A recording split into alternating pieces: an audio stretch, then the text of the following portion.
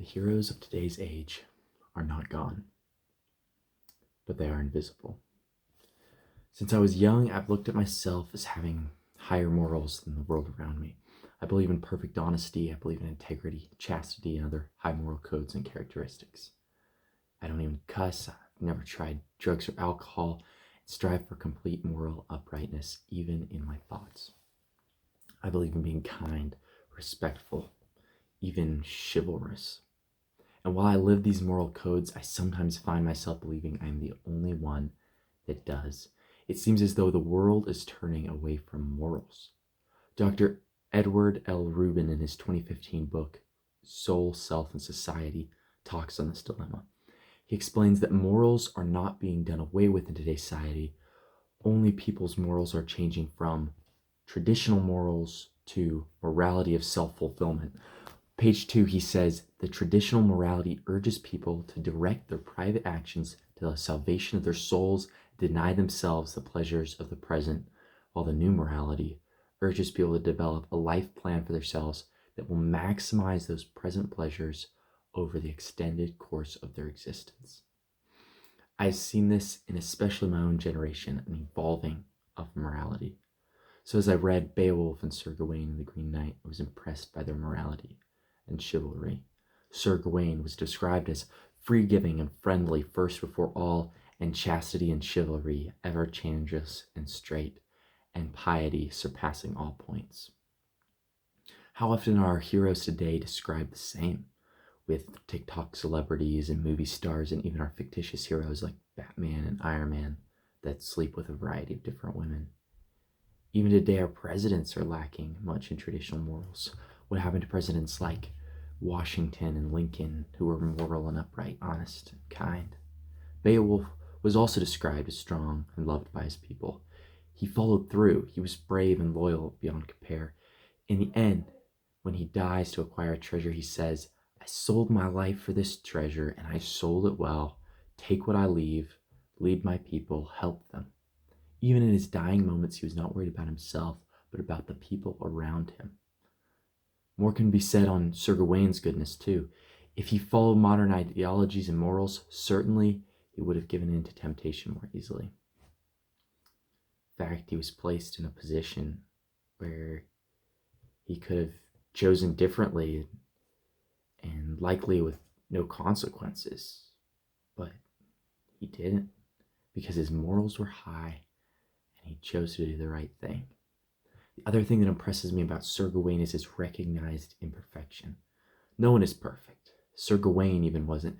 In Gawain's last moments, he attempts to keep his final promise, one that involves his head being swung at with an axe.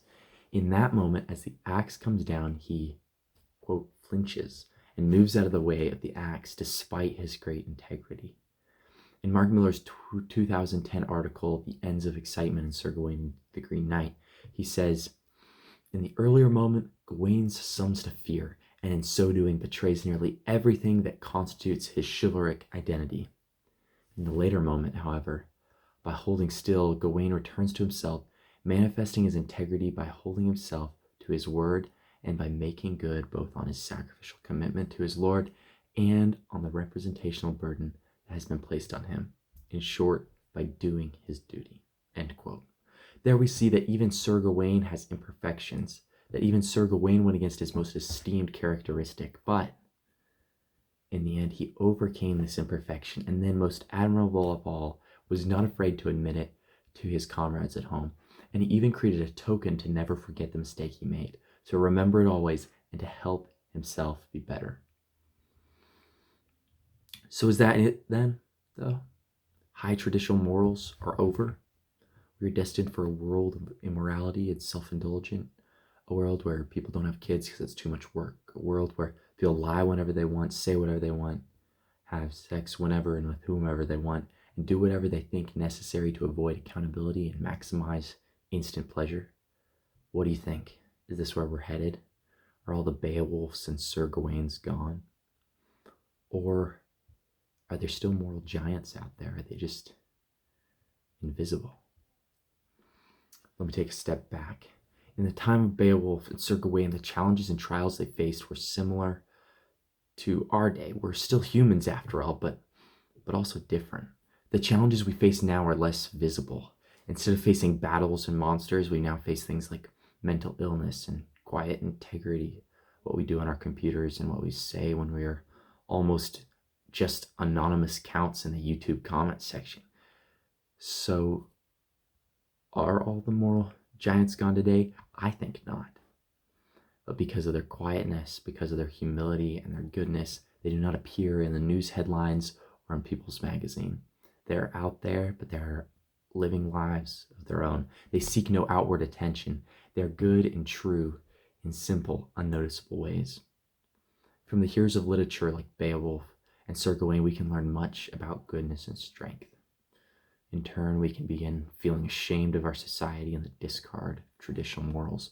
But if we look closely, often among our family and friends, on quiet streets and along country roads, we can find those modern-day Beowulfs and Sir Gawains. They do not wear crisping pins or ride cavalry. Sometimes they are soft-spoken and no stronger than their neighbor, but they are out there, overcoming challenges, doing what is right, conquering monsters of their own. Perhaps they will never be rewarded for their knightly goodness, at least not in this life anyhow, but they can stand strong with their shoulders back and their heads held high. They do not live in fear. They spend their lives doing good and caring for others, and somehow they do it all with a seductive world raging around them. Recently, I saw a billboard that said, "It's not worth it if you're not enjoying it." It's not worth it if you're not enjoying it. When I read this, I scoffed. The world can have it their way. I'll have it mine. I'm young. I have a lot of life ahead of me, but as for me, I know what I want. I know what kind of life I want to live, and I know what makes me happy. I choose to stand with Sir Gawain, with Beowulf, to be strong, to never give up, and when I do mess up, to acknowledge what I've done wrong and change from there. And if I have to, I'll do this all with a cloak of moral invisibility, and that's okay with me.